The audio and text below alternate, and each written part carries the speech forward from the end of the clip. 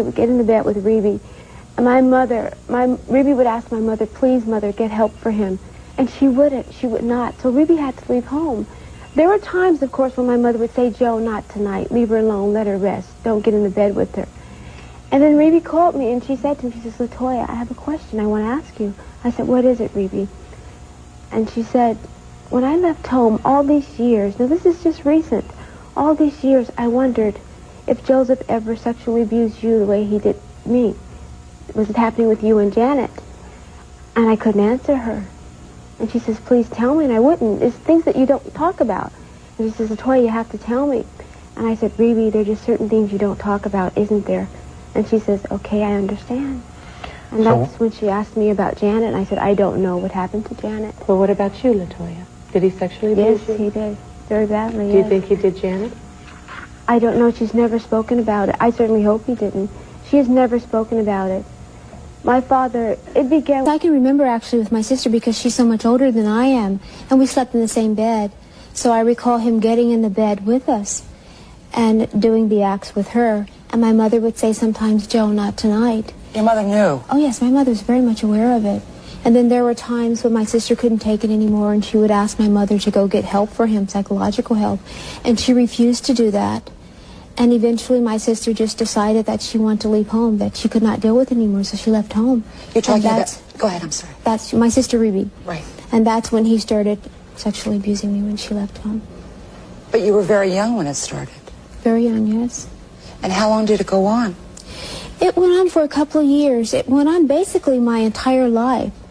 I spoke to my mother about it a couple of years ago when I couldn't take it anymore. And I asked her for help. I said, Mother, I need help. Please help me. I just want to know one thing. Why is he doing this to me? Why did he do these things? And she answered me by saying, yes, your father did these things. He was sick at the time, but you're not supposed to talk about it. You're not supposed to mention it, and don't you ever mention it again. And I called her again. I said, but you don't understand. I need help. I need to know why. I need to know something. Please help me. Because you get to a point in your life where you can't cope anymore. You're thinking about it constantly. And I couldn't deal with it. And I kept reaching out for help because she was my best friend. So I turned to her for help. And she wouldn't do anything about it. And she kept saying, if you ever mention this to the public, I will deny it.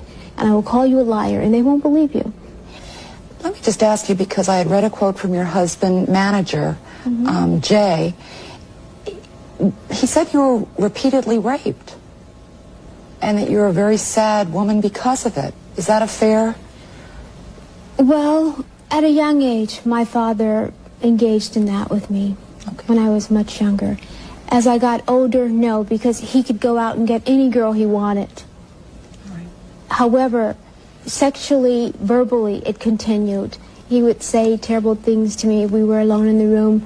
You know you want this, come over here and get it. Things like that he would say to me as I was older, but younger. Children don't have a lobby, so we can't say no, but as an adult, we have a choice to say yes or no. But even as an adult, I couldn't say no when he said things like that because my parents were so strict that we weren't allowed to really say no or anything. So I just had to listen to him talk to me like this, and I'll dare walk out the room. He'd grab me and beat me if I were to walk out the room while he's talking to me, so I just had to take these things from him. How did it make you feel about yourself? I had no self-esteem all my life. I felt dirty. I felt unclean. I felt guilty. I felt like I was doing something wrong. I felt like everybody out there knew, which in fact they couldn't have known because they weren't there. They weren't in the same bed with me and my father. But you just feel these things.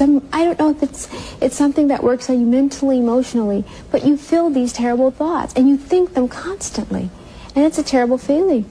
And I just would continuously shake constantly, my entire body, and I couldn't control the shaking. I would have to put my hands down to stop the shaking all the time when I would think about what my father would do. But I kept it very quiet. It's something you don't discuss with other people, other members of the family, and I never did. Coming from a well-known family like I did, we were always in the media, and we had to smile and pretend like everything was okay, and that's exactly what we did. Even though it wasn't okay, it was terrible. Have you forgiven your father? My father, it's sort of a hard question to answer. When you say, have I forgiven him? I should probably answer you by saying that I blame my mother more than my father, because I think if any man who's sleeping with his daughter and the wife is standing there and she's part of my blood and he's not, and she allows him to do this to her daughter, something's wrong. Something's wrong with the man. How could she stay with him like that?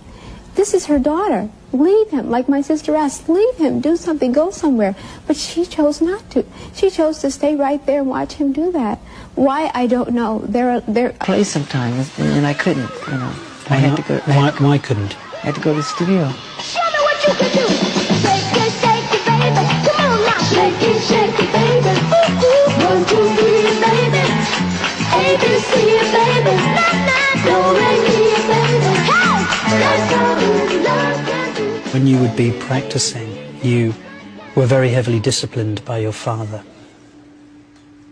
What was that like?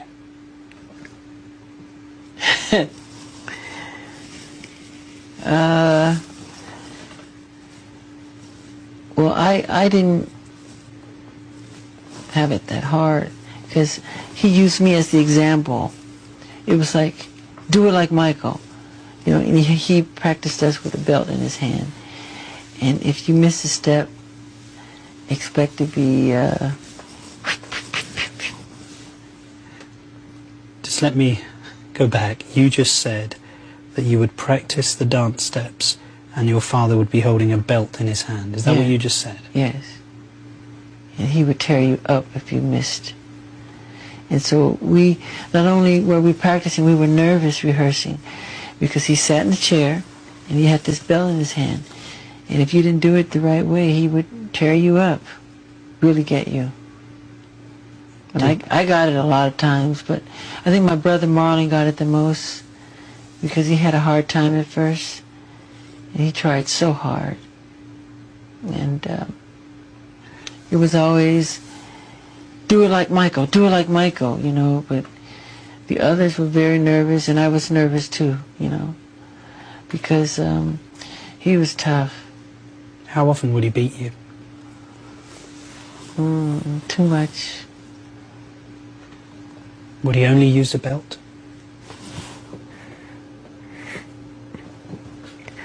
Why do you do this to me? No, more than a belt. What else would he use to hit you with? Iron cords. Whatever's around. Throw you up against the wall hard as you could. See, it's one thing to... But you were only a child. I know. You were a baby. I know.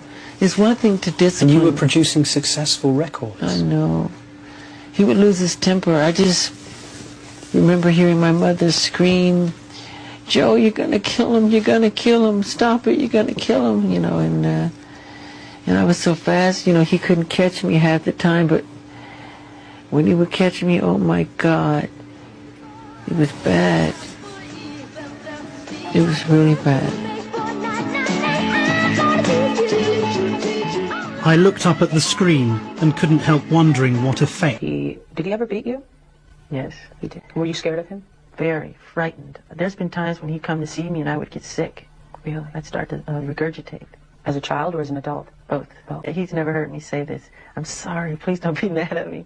Michael said in a recent interview that he was frightened of you. He says that he was so frightened of you sometimes that he would be sick. Well, I just knew about that when I heard him mention that on TV on Oprah Winfrey Show. I didn't know anything about him being sick, but regurgitating. But if he did regurgitate it, he regurgitated all the way to the bank. What do you mean? I mean, he stripped him a little bit, and it made him a superstar. You know, it just didn't happen on his own. You know, he had to have a beginning.